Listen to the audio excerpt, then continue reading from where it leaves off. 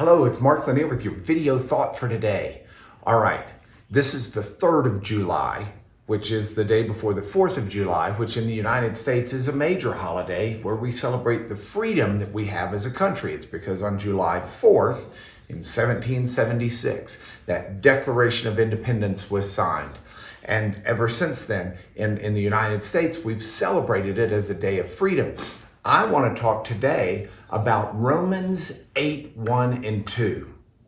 In Romans 8:1 and 2, Paul talks about a different kind of freedom. Paul says that there is therefore now no condemnation for those who are in Christ Jesus.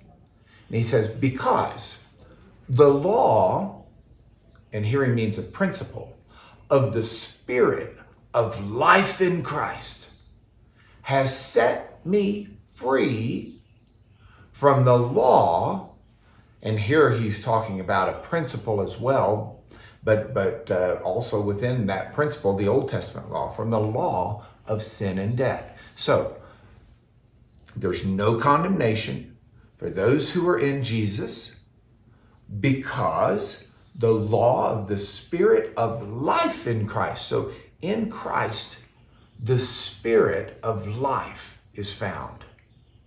And that sets us free from this law of sin and death. Without Christ, we have moral obligations, we have principles of life, but they all lead to death. It's a dead-end road.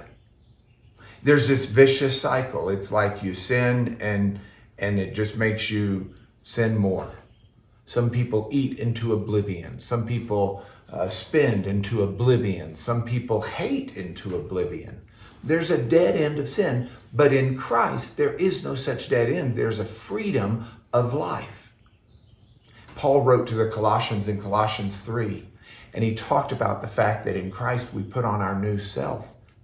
And he details what some of the freedom is that we have in Christ.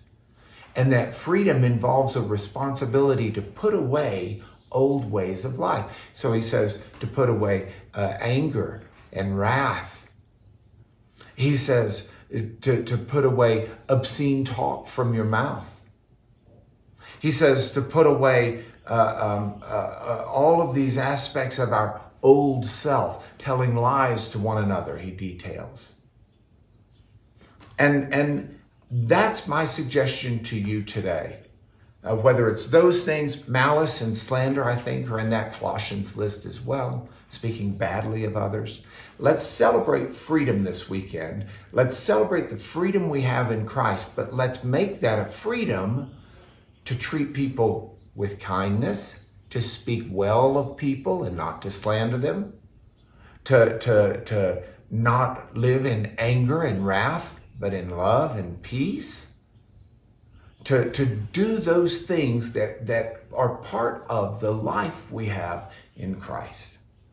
That's your video thought for the day. May God bless you with a glorious freedom this weekend.